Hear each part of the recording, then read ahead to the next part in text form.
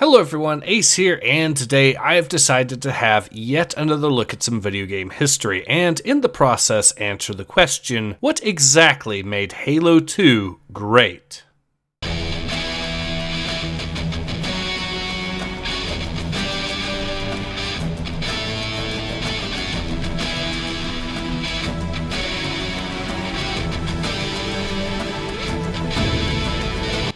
First released all the way back in that glorious year of 2004, and going on to be the top-selling original Xbox game of all time, it is quite safe to say that Halo 2 was an amazing game in an already amazing year. It has gone down in history as one of the greatest games in the Halo franchise, which itself is one of the greatest franchises in video game history. But to understand why this is the case, let's look at what exactly made the game great. And the first, and perhaps most obvious thing that helped make the game great would have to be the legacy leading up to Halo 2. It is worth noting that Bungie already had a fair amount of experience dealing with FPS games, having worked on not only Halo but also the Marathon games prior. What I mean to say is Bungie already had a fair amount of experience in the genre, and not only that, but understood very cleanly what worked in Halo and what could be improved upon. Which leads me quite cleanly to the second thing that helped make the game great: the sheer ambition behind a lot of the new additions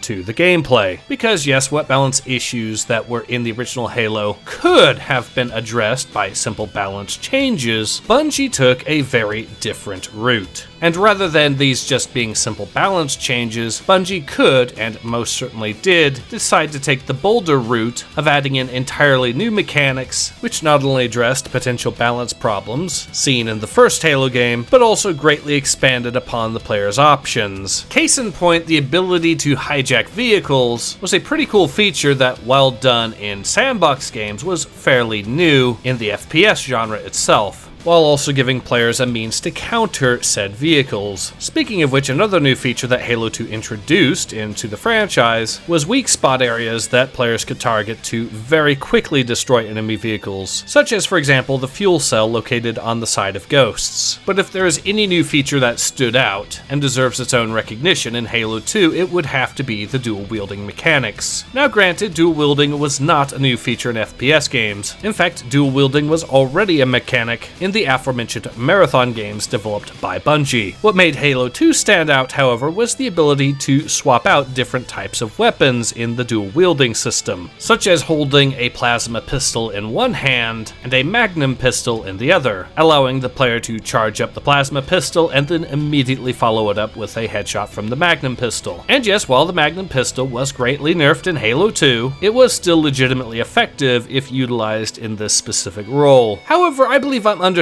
the amount of tactical flexibility that was introduced with this dual-wielding mechanic. So allow me to provide a couple of other examples as well, such as dual-wielding an energy weapon like a plasma rifle alongside a ballistics weapon like an SMG. Not only could you use the plasma rifle as a backup weapon whenever you reloaded your SMG, but it is also worth noting that energy weapons do more damage to shields while ballistic weapons do more damage to flesh, meaning you use the plasma rifle to wear down an elite's shields and then finish him off with the SMG. Or alternatively, you could replace the plasma rifle with a plasma pistol and let it charge up while you gun down the grunts with the SMG, and use the plasma pistol to instantly knock out the shields of any elites you run into. Or you could of course dual wield two of the same weapon, such as having two needlers, a strategy that, while heavy on ammo consumption, does make it very easy to pull off those sweet explosions, which does counter one of the disadvantages of dual wielding, that being your inability to use grenades. So there is a lot of depth added to Halo 2 by this one specific little mechanic. It's not just done in the name of cool, it does actually have some very real and notable gameplay changes. But of course, it wasn't just the gameplay changes that helped make Halo 2 great. Another key factor that helped make the game great was its expansion on the lore, especially of the Covenant. It is of note that Halo these days is known for having a fairly extensive amount of lore behind it, and is known for being a fairly in-depth in-depth sci-fi series. However, that wasn't always the case. The original Halo did lay the groundwork for what the Covenant were, a bunch of religious zealots waging war on humanity, who viewed the rings as sacred religious relics, as well as weapons that could destroy humanity. However, there was clearly a lot of gaps that could be filled in with regards to the inner workings of the Covenant and what the Covenant society was like. And Halo 2 is one of the first games that really establishes much of the inner workings lore with regards to the Covenant itself. Things like the rivalry between the Brutes and the Elites, for example, and the fact that much of the game is seen through the eyes of the Arbiter, who fought at least at the start of the campaign on the side of the Covenant forces, albeit against heretics. Features like this really do hammer home just how much a lot of the lore of the Halo franchise owes itself to Halo 2, so that is another factor that helped make the game great. One final detail I need to bring up though happens to be the music. Admittedly, this shouldn't come as much of a surprise, considering that what Martin O'Donnell and Michael Salvatore managed to accomplish already with the original Halo was nothing short of spectacular. Nevertheless, it is worth bringing up that Halo 2 only further added to one of the most beloved and famous video game soundtracks of all time. The rock remixes of some of the more famous pieces from Halo 1 really does demonstrate the versatility of the original tunes, and fits right in with new rock tunes such as Blow Me Away, while at the same time some of the other new music, such as The Last Spartan, maintains the theme and tone of the older music from the Halo franchise, so even fans of the older versions of Halo music have something to absolutely adore in the music of Halo 2. With this all in mind, this has been Ace, and I hope you'll agree when I say that Halo 2 is great.